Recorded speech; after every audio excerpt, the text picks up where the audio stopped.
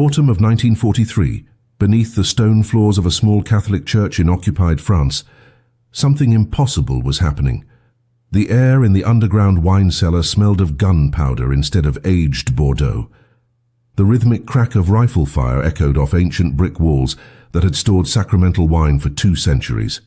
And standing in the center of it all, wearing a black cassock stained with dirt and oil, was Father Jean-Baptiste Moreau, a 42-year-old parish priest who had never fired a weapon in his life until 6 months ago. Now he was teaching farmers, shopkeepers, and teenagers how to kill German soldiers. The transformation of this sacred space into a clandestine training ground was not just an act of rebellion. It was an act of war hidden beneath the most unlikely disguise, sanctified by a man of God who believed that sometimes salvation required damnation. The village of Saint-Rémy-sur-Loire sat in the heart of the Loire Valley, a patchwork of vineyards and medieval stone that had survived plagues, revolutions, and the First World War. Before the Germans arrived in June of 1940, life moved at the pace of the seasons. Father Moreau was known for his gentle Sunday sermons, his love of classical music, and his insistence on maintaining the church's 500-year-old wine cellar, where bottles lined the walls like sleeping sentries. The cellar descended 3 levels beneath the nave, a labyrinth of tunnels dug by Benedictine monks in the 1500s. It was cool, dark, and utterly forgotten by everyone except the priest and the oldest parishioners. When the Wehrmacht rolled through the village square with their half-tracks and machine guns, they saw what occupiers always see: another French church, another compliant population, another place to extract resources and enforce obedience. They never thought to look beneath the altar. The occupation changed everything slowly, then all at once. At first, the Germans were disciplined, almost polite. They requisitioned grain and livestock, posted sentries at crossroads, and warned against resistance. But by 1942, the brutality became routine. Public executions in the town square, mass deportations of Jews and communists, forced labor conscriptions that emptied villages of young men. The Vichy government collaborated eagerly, handing over lists of names, enforcing curfews, turning neighbor against neighbor. Father Moreau watched his congregation shrink as families fled or disappeared. He performed funerals for boys shot for curfew violations. He heard confessions from women raped by occupying soldiers. And every Sunday, he climbed into the pulpit and preached about forgiveness, even as rage built inside him like pressure in a sealed vessel. The turning point came in March of 1943, when the Gestapo arrested 15 villagers suspected of sheltering a downed British pilot. They were tortured in the town hall basement. 3 died. The pilot was never found. Father Moreau made his decision that night. He had spent his entire adult life preaching nonviolence, turning the other cheek, rendering unto Caesar. But Caesar was burning his world, and turning the other cheek only exposed your neck to the knife. He sought out Marcel Dufresne, a former French army sergeant who had escaped from a prisoner of war camp and returned to Saint-Rémy to work his family's vineyard. Marcel was already connected to the nascent resistance, moving weapons and intelligence through the countryside. When the priest proposed using the church cellar as a training facility, Marcel stared at him in disbelief. A church, the most surveilled building in any occupied village, the one place Germans might actually respect. It was either insane or brilliant. Father Moreau made his case simply. The Germans would never suspect it. The tunnels provided multiple escape routes, and the thick stone walls would muffle the sound of gunfire. Most importantly, he had moral authority. If the priest was involved, locals would trust the operation. The first training session took place on a moonless night in April. 6 men arrived separately, slipping through the graveyard and entering through a side door that led directly to the cellar stairs. Father Moreau had spent weeks preparing. He moved 300 bottles of wine to a hidden antechamber and constructed makeshift shooting lanes using sandbags stolen from a German construction site. Hay bales served as backstops. Candles provided minimal light. The weapons were a mixture of British Sten guns, old French rifles, and German Mausers taken from dead soldiers.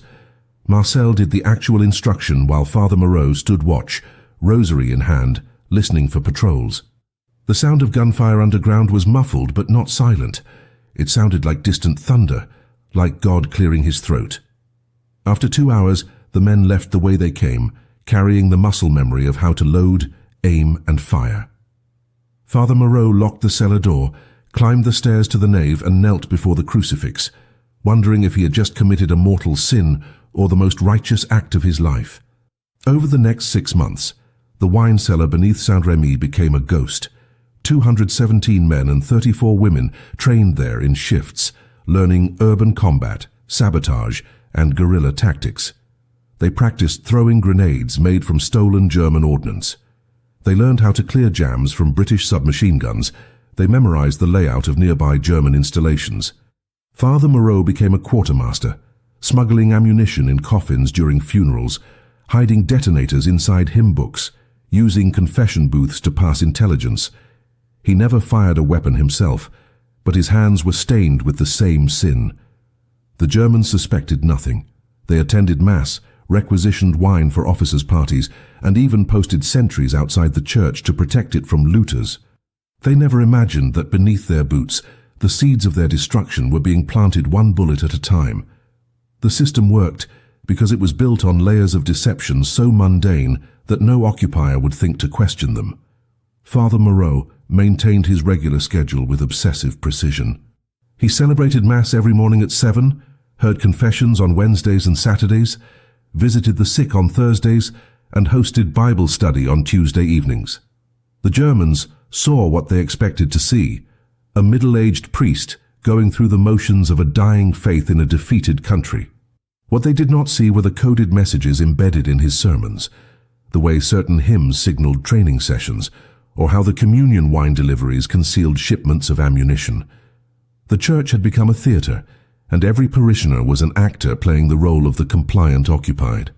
The performance was so convincing that a German lieutenant once thanked Father Moreau for his cooperation and donated funds to repair the church roof.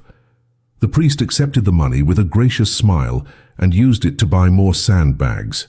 The structure of the operation was cellular by necessity. No trainee knew the full extent of the network. They arrived in small groups, never more than 8 at a time, staggered across different nights to avoid patterns. Marcel Dufresne handled the tactical instruction, teaching marksmanship, weapons maintenance, and small unit tactics he had learned in the French army. Father Moreau managed logistics and security, coordinating schedules through a network of trusted parishioners who acted as lookouts and couriers. The trainees themselves came from every corner of occupied life. There were farmers who had lost their sons to labor conscription, school teachers who had been forced to teach German propaganda, shopkeepers who watched their inventory stolen to feed the Wehrmacht, young women who had seen their friends dragged away to forced brothels. They were not soldiers. They were ordinary people who had reached the limit of what they could endure and decided that dying with a weapon in their hands was preferable to living on their knees. The training itself was brutal and efficient. Time was the enemy. Each session lasted no more than 3 hours, and every minute had to count. The first hour focused on weapons handling, loading, unloading, clearing malfunctions, and basic marksmanship at distances of 10 to 25 meters. The cellar's confines made long-range practice impossible, but most resistance engagements happened at close quarters anyway, ambushes on rural roads or assassinations in narrow alleys. The second hour covered tactics, how to move without being seen, how to set up a crossfire, how to withdraw after contact. Marcel was ruthless in his criticism, screaming at trainees who exposed themselves or failed to maintain discipline. The third hour was psychological preparation. Marcel described what it felt like to kill another human being, the weight of the trigger pull, the sound of impact, the smell of blood mixing with cordite. He wanted them to understand that war was not romantic. It was butchery dressed in necessity, and if they were not prepared to become butchers, they should leave immediately. No one ever left. The cellar itself became a living archive of resistance. The walls were covered with hand-drawn maps of German positions, patrol schedules and supply routes. One corner held a collection of captured German documents, identity papers, travel permits and requisition orders that could be forged or altered. Another section stored medical supplies stolen from German field hospitals, including morphine, sulfur powder, and bandages. The deepest chamber, The one that once held the church's oldest vintages now contained a small arsenal. 23 rifles, 14 pistols, 9 submachine guns, and enough ammunition to fight a sustained engagement. Every weapon had been smuggled in piece by piece, hidden in farm carts, fishing boats, and even baby carriages. Father Moreau kept an inventory in a leather-bound ledger, disguised as a church registry. If the Germans ever found it, they would see only a record of baptisms and deaths. They would never know that each entry corresponded to a weapon, a trainee, and a date. The secrecy held because the consequences of exposure were absolute. Everyone involved understood that discovery meant torture and execution, not just for themselves but for their families. The Gestapo had perfected the art of collective punishment, burning entire villages in response to partisan activity. In the neighboring town of Oradour-sur-Glane, 642 civilians had been massacred in reprisal for a resistance ambush. The message was clear: resist and everyone dies. Yet the training continued night after night because the people of Saint-Rémy had made a calculation that the occupation had forced upon them. They could live as slaves and die slowly from humiliation and starvation, or they could fight and die quickly with their dignity intact. Father Moreau, the man who had once preached about the sanctity of life, now presided over a school for death. He no longer questioned whether this was God's will. He had decided that if God existed, he would understand. The first real test of the Cellar's effectiveness came in July of 1943, when a German supply convoy was ambushed 15 kilometers outside Saint-Rémy. The attack was executed by 12 men who had trained in the church basement, and it was devastatingly successful. They used a felled tree to block the road at a narrow bridge, then opened fire from both sides with coordinated precision. 3 trucks were destroyed, 17 German soldiers killed, and a shipment of weapons and medical supplies captured. The ambush lasted less than 4 minutes before the attackers melted back into the countryside. The German response was immediate and savage. They locked down the entire region, established checkpoints on every road, and began house-to-house searches in surrounding villages. 2 towns were selected at random for reprisal actions.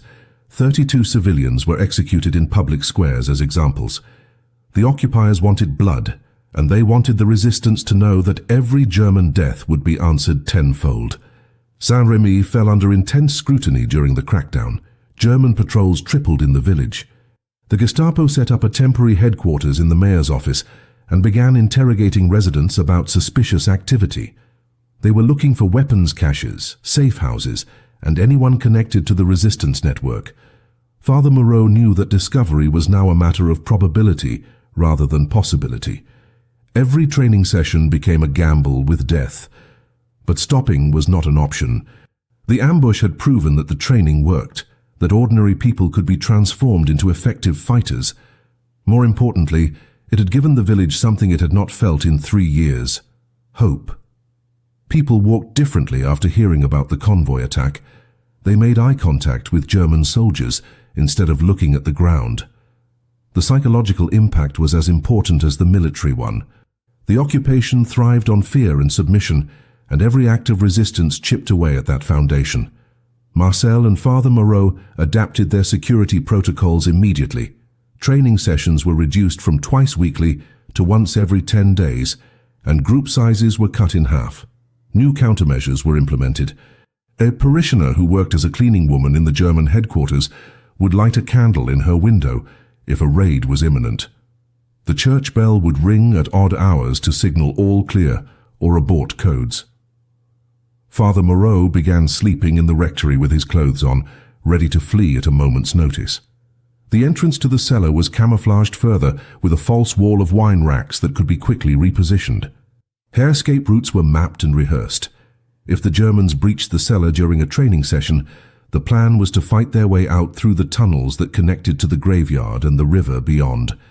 Everyone understood it was a suicide option, but it was better than capture. The psychological toll on Father Moreau began to show in ways he could not hide. He lost weight. His hands developed a tremor that made holding the chalice during Mass difficult.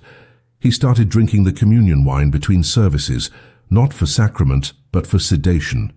His sermons became shorter, more abstract, as if his mind was always elsewhere, calculating risks and contingencies. The other priests in the diocese noticed the change and expressed concern, but Father Moreau deflected their questions with vague references to the stress of occupation. What he could not tell them was that he was living two lives simultaneously, and the contradiction was tearing him apart. In the daylight, he was a shepherd comforting his flock and preaching forgiveness. In the darkness, he was a conspirator teaching people how to kill. He had become a hybrid creature that belonged to neither world, sustained only by the belief that his sins would be weighed against the lives he was helping to save.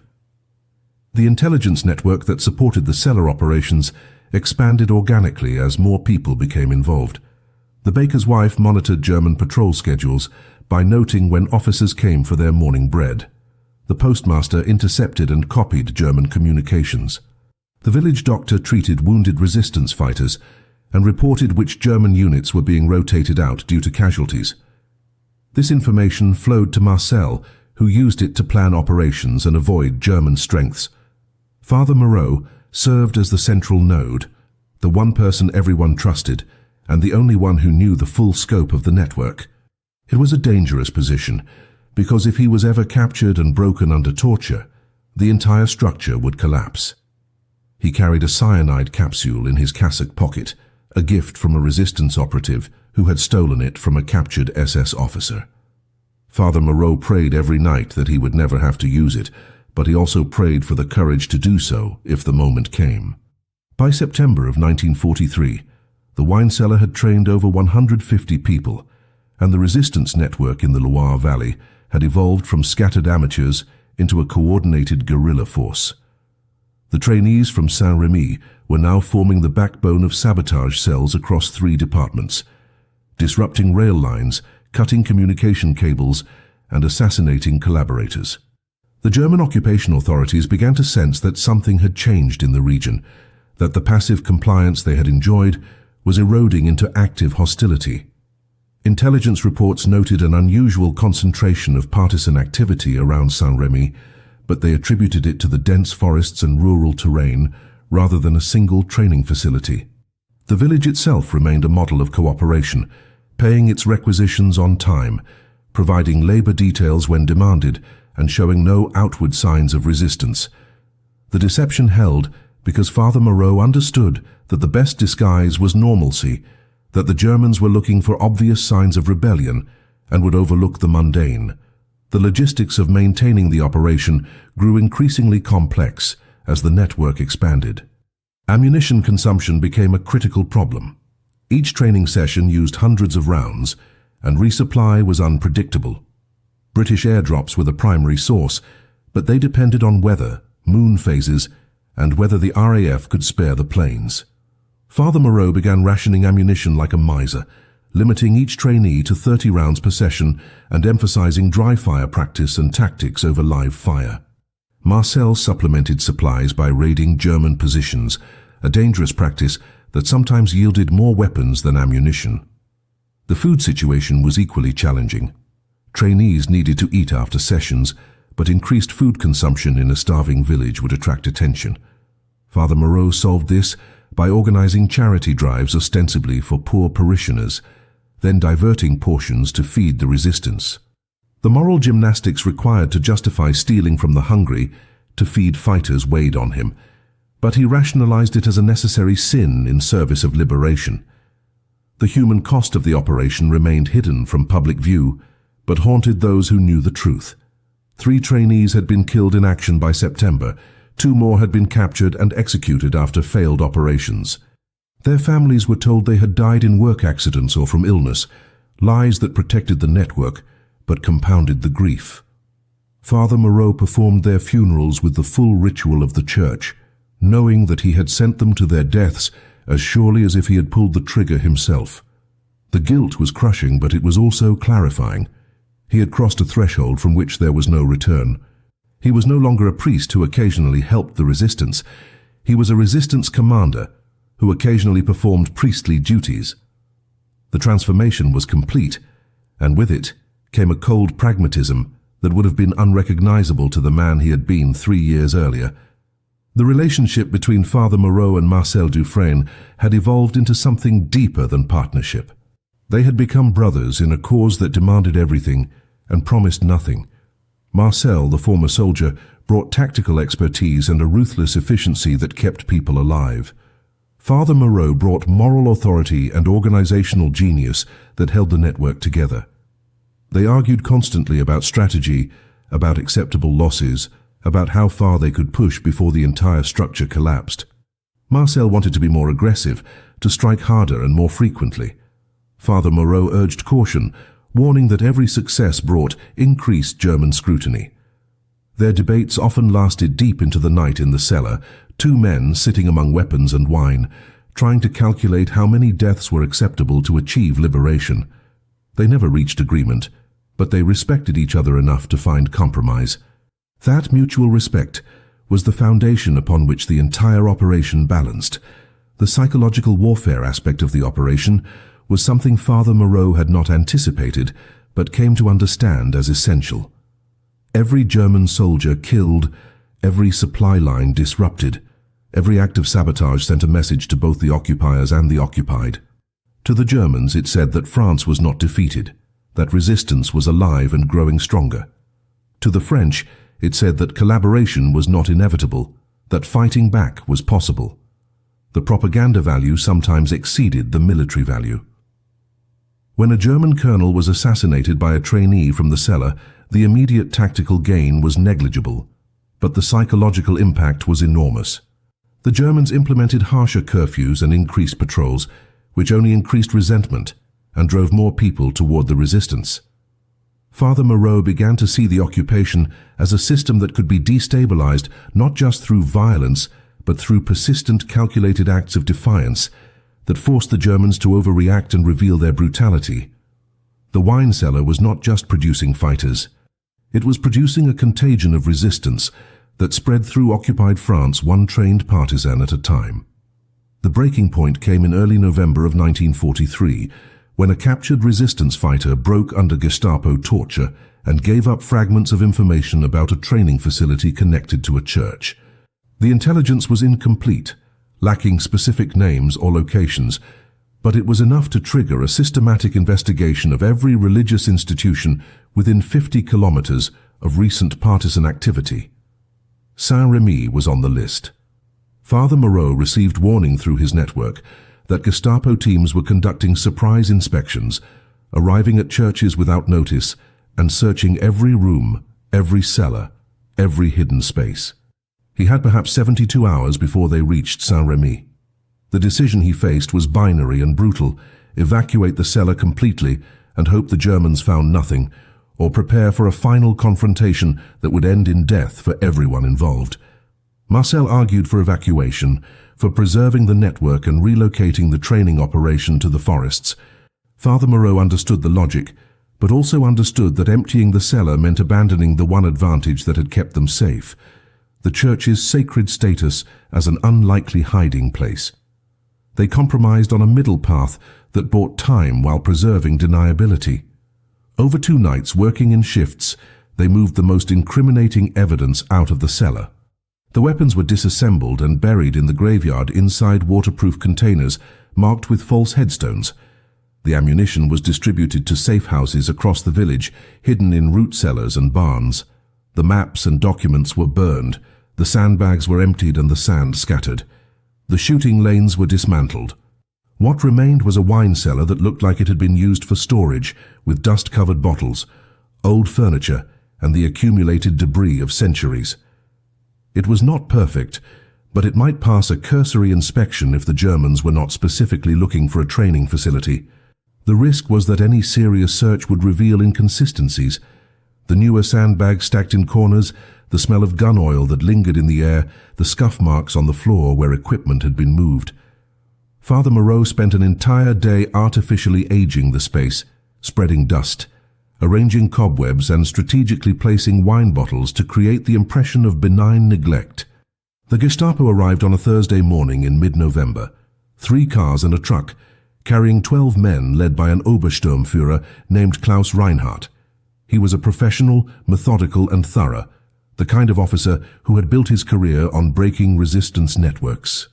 Father Moreau met them at the church entrance with a performance of surprised cooperation, offering to show them anything they wished to see. Reinhardt was not interested in pleasantries. He deployed his men systematically, searching the nave, the rectory, the bell tower, and finally demanding access to the cellar. Father Moreau led them down the stone steps, his heart hammering against his ribs, his hand brushing against the cyanide capsule in his pocket. The cellar was dark and cold, lit only by the flashlights of the Gestapo agents. They moved through the space with professional efficiency, examining the walls, testing the floors for hollow spaces, opening bottles to verify they contained wine. Reinhardt himself spent 15 minutes in the deepest chamber, the one that had held the arsenal, studying the walls and floor with intense concentration. The inspection lasted 2 hours, an eternity measured in shallow breaths and forced calm. Father Moreau answered questions with practiced innocence, explaining that the cellar had been in his family's care for generations, that it was rarely used anymore because the war had made wine production impossible, that he sometimes came down here to pray in solitude. Reinhardt listened without expression, occasionally making notes in a leather journal. He asked about recent visitors to the church, about unusual activity in the village, about whether Father Moreau had noticed anything suspicious. The priest deflected each question with vague responses, invoking his duty to protect the confidentiality of confession, expressing dismay at the violence in the region, and offering to pray for the souls of the German soldiers killed by terrorists. It was a masterclass in controlled deception, every word calibrated to project innocence while revealing nothing. Reinhardt seemed unsatisfied, but found no concrete evidence. The cellar appeared to be exactly what it claimed, an old wine storage space in a rural church, dusty and forgotten. As the Gestapo prepared to leave, Reinhardt turned to Father Moreau with a look that communicated more than words. He did not believe the priest's performance, but he also had no proof to justify an arrest. He warned Father Moreau that the region was under close surveillance, that anyone aiding the resistance would be executed along with their families, and that the church's protection would not save traitors. Father Moreau received the warning with a solemn nod, promised his full cooperation, and watched from the church steps as the German vehicles drove away. Only when they disappeared from sight did he allow himself to breathe fully. The cellar had survived inspection, but the margin of safety had collapsed to nothing. Marcel arrived within the hour, and they made the decision together. The training operation would go dormant for at least 2 months, long enough for German attention to shift elsewhere. It was a tactical retreat, painful but necessary. The weapons would stay buried, the network would stay quiet, and Father Moreau would return to being just a priest, waiting for the moment when the wine cellar could once again become a school for liberation. The 2 months of dormancy felt like suffocation. The network that had been so carefully built, that had trained over 200 fighters and coordinated dozens of operations, was forced into paralysis while the occupation ground forward unchecked. German convoys moved through the region without harassment. Collaborators operated openly without fear of retribution. The momentum that had been building toward liberation stalled, and with it came a creeping despair among those who knew the truth. Father Moreau maintained his cover with mechanical precision, performing Mass, hearing confessions and visiting the sick, but inside he was screaming. The idle time gave him too much space to think, to catalogue his sins, to wonder whether God could forgive a priest who had turned a house of worship into an armory.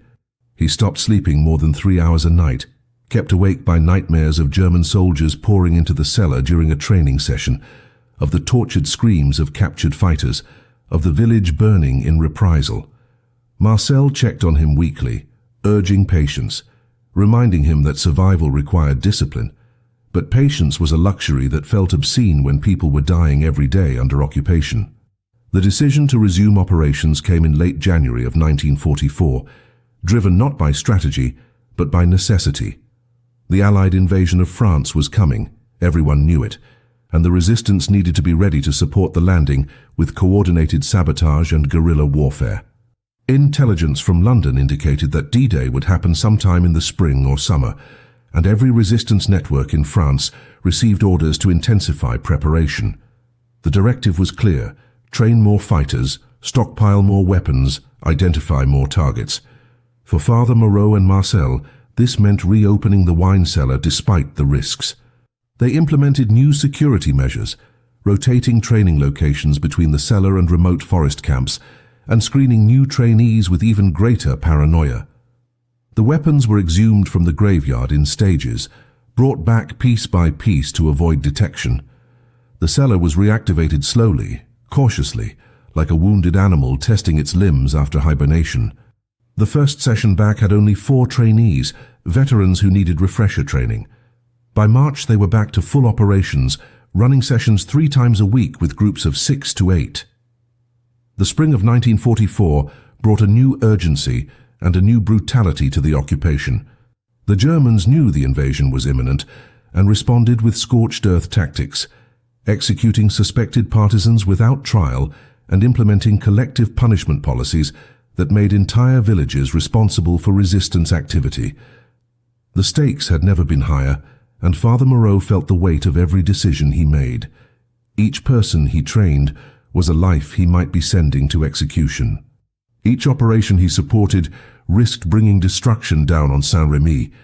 Yet the alternative was to do nothing, to let the occupation continue unchallenged, to abandon the people who had risked everything based on his leadership.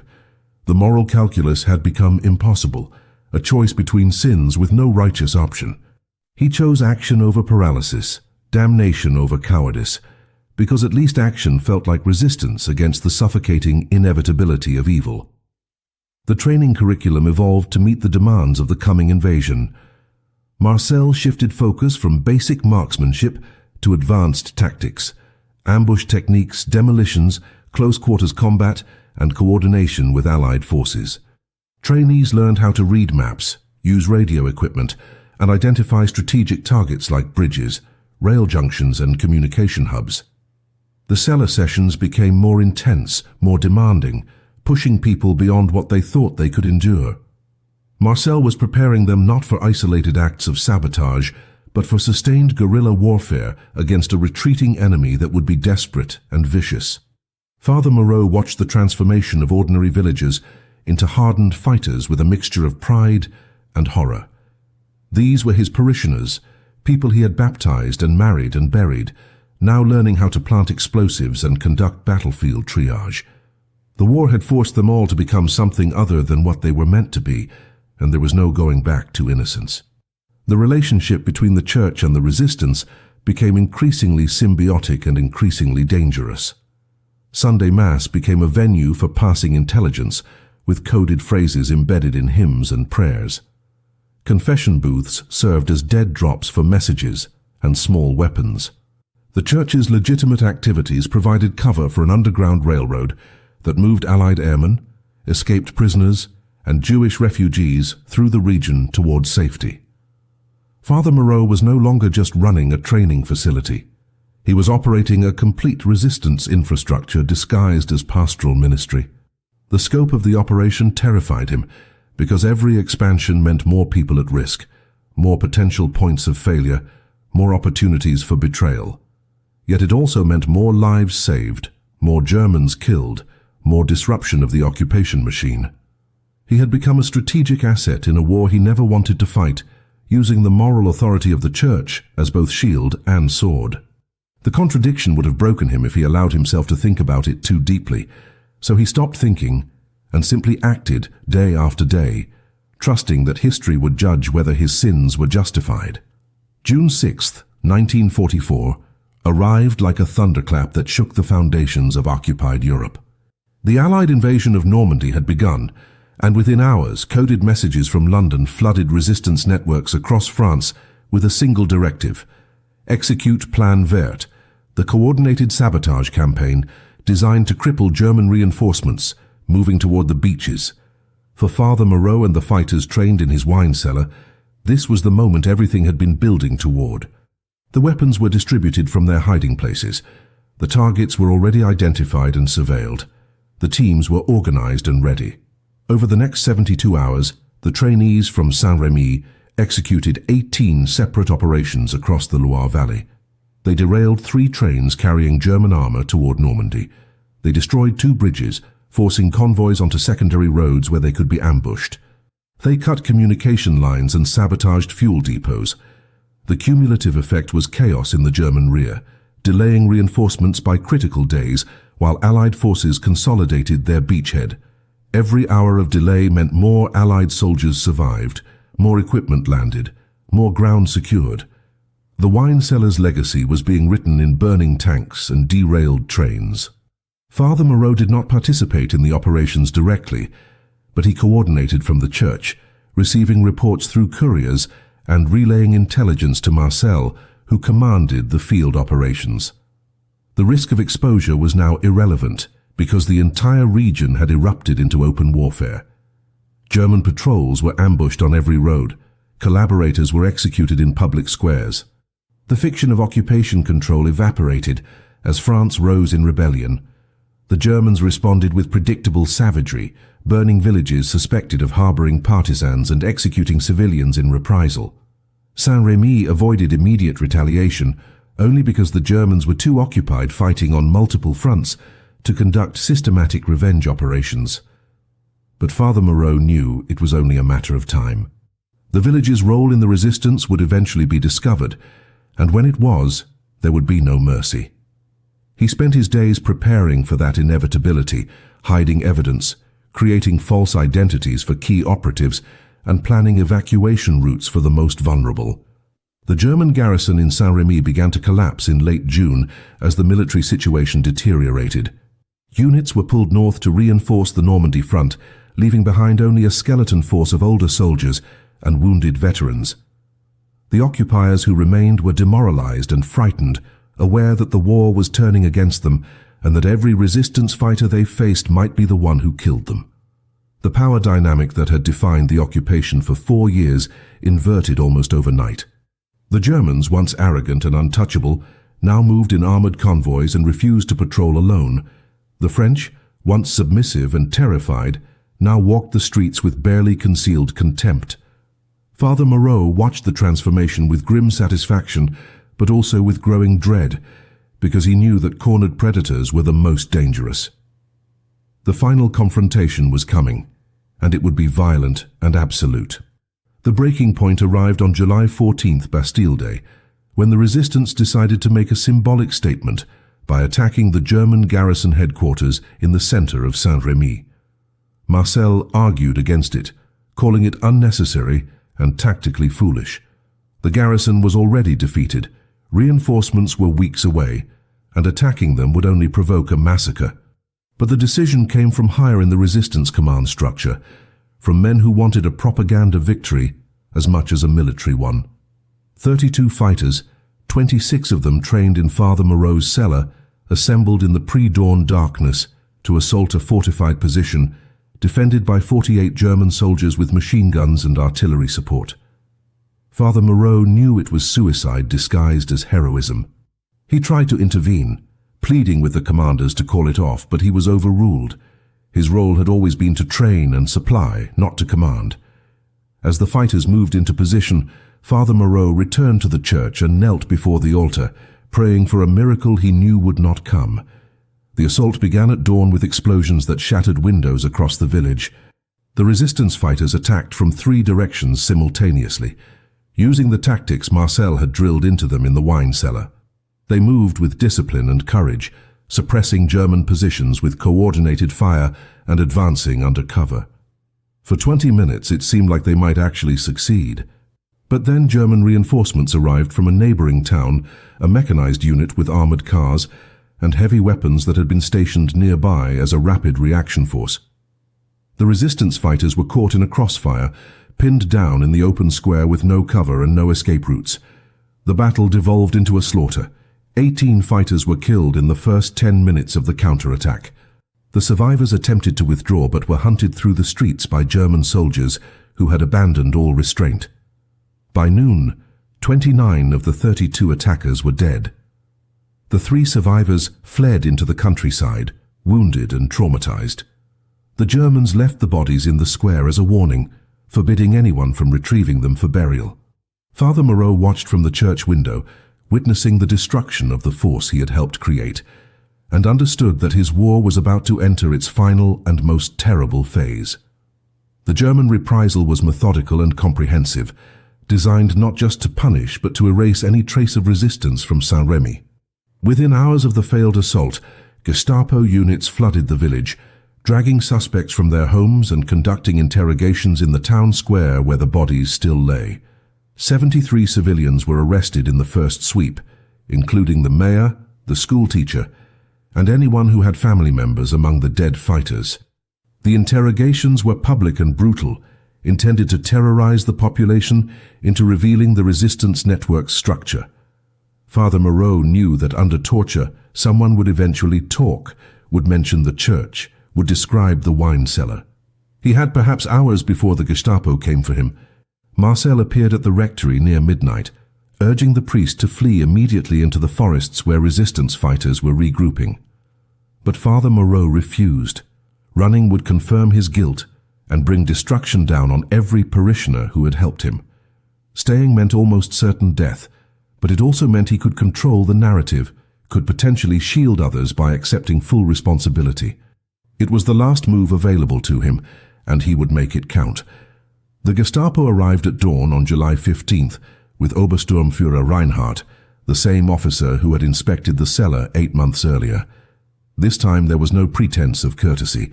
Reinhardt had spent the night interrogating captured fighters and had extracted enough fragments of information to connect the church to the training operation.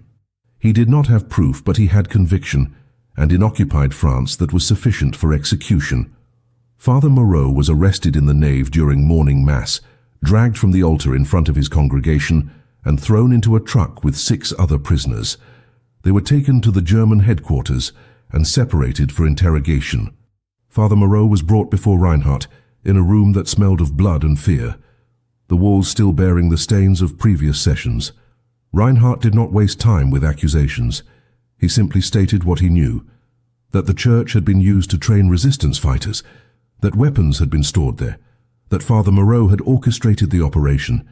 He demanded names, locations, and details of the broader network. Father Moreau responded with silence, broken only by prayers recited in Latin, a wall of liturgical defense that drove Reinhardt into a rage. The torture lasted 3 days, though Father Moreau lost the ability to track time after the first few hours. They used methods refined through years of practice: beatings, waterboarding, electrical shocks, psychological manipulation. Reinhardt alternated between violence and false promises, offering survival in exchange for cooperation, threatening to torture the priest's housekeeper and other parishioners if he did not talk. Father Moreau endured by retreating into his faith, reciting the rosary in his mind, visualizing the faces of the people he was protecting, and clutching mentally at the knowledge that every hour he remained silent was another hour for the network to evacuate and hide. He did not break, not because he was extraordinarily strong, but because he had accepted death before the torture began.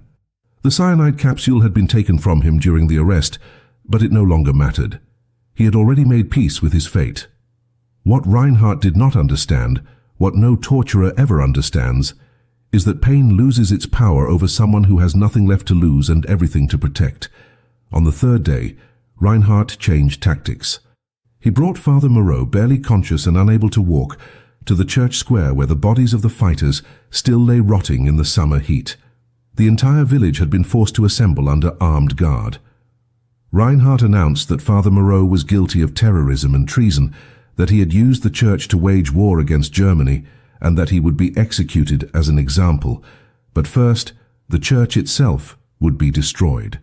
German soldiers entered the building with gasoline and explosives, methodically preparing to raze the structure that had stood for 5 centuries. Father Moreau, kneeling in the dirt with his hands bound, watched the preparations with a strange calm. The church was just stone and wood, he told himself. The real church was the people, the network, the resistance that would continue after he was gone. The building could burn, but the spirit could not be killed. He looked at the faces of his parishioners, saw their grief and rage, and used his last strength to speak loud enough for them to hear. He told them that faith required sacrifice, that God saw their suffering, and that liberation was coming. He told them to remember not his death, but what they had achieved together. He told them to survive. The execution was scheduled for noon, but it never happened.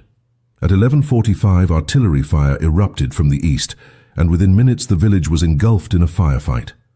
A combined force of resistance fighters and Free French troops, supported by American forward observers calling in strikes, had launched a coordinated assault to liberate Saint-Rémy. The Germans, already depleted and demoralized, found themselves fighting on multiple fronts against an enemy that knew every street and building.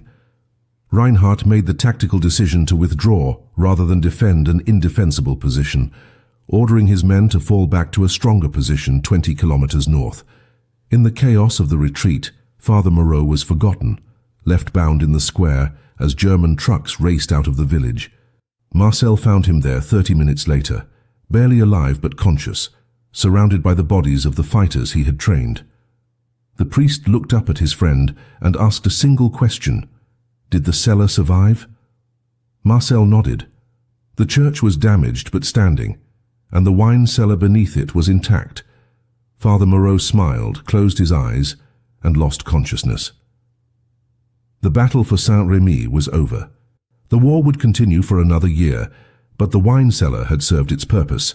Father Moreau spent 6 weeks recovering in a makeshift field hospital established by the Free French forces in a manor house outside Saint-Rémy.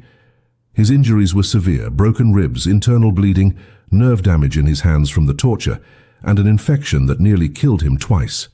He drifted in and out of consciousness, attended by doctors who had learned battlefield medicine in the chaos of liberation. Marcel visited daily, bringing news of the war's progress and updates on the surviving members of the network. The Allies were pushing eastward across France, liberating towns and cities with increasing speed as German resistance collapsed. The fighters trained in the wine cellar were now integrated into regular Free French units, serving as scouts and liaison officers, their guerrilla experience proving invaluable in the fluid combat of the advance. 27 of them had survived the war so far. 41 had died in various operations between June and August. The mathematics of sacrifice were brutal but undeniable. For every fighter killed, dozens of Allied soldiers had been saved, and hundreds of German reinforcements had been delayed or destroyed. The wine cellar's contribution to liberation could not be measured in military terms alone. It had given people agency in their own salvation, had transformed victims into warriors, had proven that resistance was possible even in the darkest circumstances. The village of Saint-Rémy itself bore the scars of occupation and liberation in equal measure. The church had been partially burned during the German retreat, the nave blackened by fire and the roof collapsed in sections. The wine cellar beneath had survived intact, protected by centuries-old stone and luck. When Father Moreau was finally strong enough to walk, Marcel took him to see it. They descended the familiar stairs in silence, the priest leaning heavily on his friend's arm, and stood in the darkness where so much had begun. The shooting lanes were gone, the sandbags removed, the weapons long since distributed. What remained was an empty stone chamber that smelled of damp earth and old wine, a space that held no evidence of what had transpired there. Yet Father Moreau could see it all: the faces of the trainees, the sound of gunfire muffled by thick walls, the whispered conversations about tactics and courage. He could see the transformation of ordinary people into extraordinary fighters, the alchemy of fear converted into resistance. Marcel asked if he regretted any of it: the lives lost, the church damaged, the sins committed in the name of liberation. Father Moreau considered the question for a long moment before answering. He said that regret was a luxury for people who had choices, and that under occupation, the only real choice was between submission and resistance. Everything else was details. The question of Father Moreau's status within the church became complicated after liberation. The bishop of the diocese had heard rumors of the priest's activities and demanded an explanation.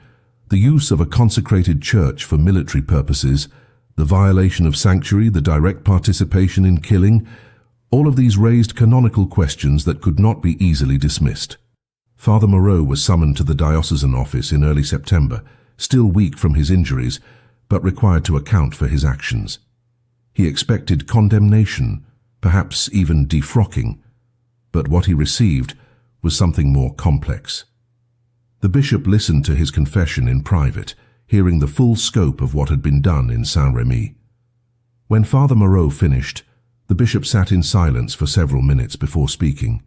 He said that the church had failed France during the occupation, that too many clergy had chosen collaboration over resistance, and that Father Moreau's actions, while technically violations of canon law, were morally justified given the extraordinary circumstances. There would be no formal punishment, but there would also be no celebration. The church could not publicly endorse armed resistance by clergy without undermining its role as a mediator and peacemaker. Father Moreau would be allowed to continue as a priest, but the story of the wine cellar would remain unofficial, a footnote rather than a headline. The physical recovery took months, but the psychological recovery never fully occurred. Father Moreau returned to Saint-Rémy in October of 1944 and resumed his duties, but he was a changed man. The tremor in his hands had become permanent, a visible reminder of the torture. He struggled with nightmares, waking in the rectory screaming about Gestapo interrogations and burning churches. He could no longer perform Mass without seeing the faces of the dead fighters in the congregation. The line between priest and warrior, which he had crossed so deliberately during the occupation, could not be uncrossed. He existed in a liminal space, neither fully one nor the other, haunted by the memory of what he had done, and unable to reconcile it with the faith he had devoted his life to serving. Marcel, who understood the weight of killing in ways civilians never could, became his closest confidant. They would sit together in the damaged church, two men who had seen too much, and talk about what they had done and whether it had been worth the cost. They never reached a conclusion that satisfied either of them, but the conversation itself was a form of survival. The wine cellar was sealed in November of 1944 by order of the Provisional French government. The official reason was structural instability, but the real reason was political. The role of the resistance in liberation was being carefully curated by competing factions, and a story about a priest training fighters in a church cellar did not fit neatly into any preferred narrative. The communists wanted to claim the resistance as their achievement. De Gaulle wanted to minimize the role of irregular forces in favor of the Free French Army. The Catholic Church wanted to emphasize its moral opposition to Nazism, while downplaying armed collaboration or resistance. Father Moreau's wine cellar was an inconvenient truth for everyone, so it was quietly buried beneath official history. A small plaque was placed on the church wall commemorating the village's sacrifice during occupation, but it made no mention of the training facility, the weapons, or the priest who had orchestrated it all. The fighters who had trained there knew the truth, but they were scattered across France, rebuilding their lives and trying to forget the war. The story of the wine cellar faded into local legend, a rumor passed between generations, never quite confirmed and never quite denied. Father Jean-Baptiste Moreau died in 1968 at the age of 67, having served Saint-Rémy for another 24 years after liberation. He never spoke publicly about the wine cellar, honoring the church's desire for discretion and his own complicated feelings about what had been done there. But privately, in the confessional and in quiet conversations with veterans who returned to visit, he processed the moral weight of those years. He baptized the children of fighters he had trained, performed weddings for survivors who found love after surviving hell, and buried the men and women who had carried the scars of occupation into old age. His sermons remained gentle, focused on forgiveness and peace, but those who knew his history understood the depth beneath the words. This was a man who had seen the absolute worst of humanity and chosen to believe in redemption anyway. His funeral was attended by over 300 people, including dozens of former resistance fighters who traveled from across France to pay respects.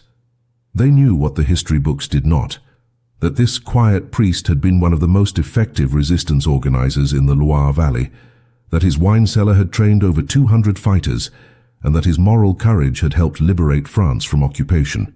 The truth about the wine cellar began to emerge slowly in the decades after Father Moreau's death. Marcel Dufresne, who lived until 1983, gave several interviews to historians in his final years, breaking his silence about the operation and insisting that Father Moreau receive proper recognition. Documents declassified by French and British intelligence agencies confirmed the existence of the training facility and its strategic importance in the lead-up to D-Day. Surviving trainees added their testimonies, describing the priest who had transformed a sacred space into a school for resistance and paid the ultimate price for his defiance. Slowly, reluctantly, official history began to acknowledge what had been deliberately obscured. In 1994, on the 50th anniversary of liberation, the French government posthumously awarded Father Moreau the Legion of Honor for his service to the resistance. A new plaque was installed at the church, this one specifically mentioning the wine cellar and its role in training fighters. The story that had been suppressed for political convenience was finally being told, though by then most of the people who had lived it were dead. The wine cellar itself was reopened in 2008 as part of a renovation project to repair the church's foundation. Archaeologists and historians descended into the space with modern equipment, documenting what remained of the training facility. They found bullet holes in the walls, scorch marks from muzzle flashes, and fragments of ammunition embedded in the stone. They found the false wall Father Moreau had constructed to hide the entrance, still functional after 64 years. They found graffiti scratched into the brick by trainees' names and dates, and small prayers for survival. The cellar was preserved as a historical site, open to the public as part of a museum dedicated to French resistance history. Visitors now walk through the same chambers where ordinary people learned to fight back against occupation, where a priest violated every principle of his calling in service of a higher moral imperative.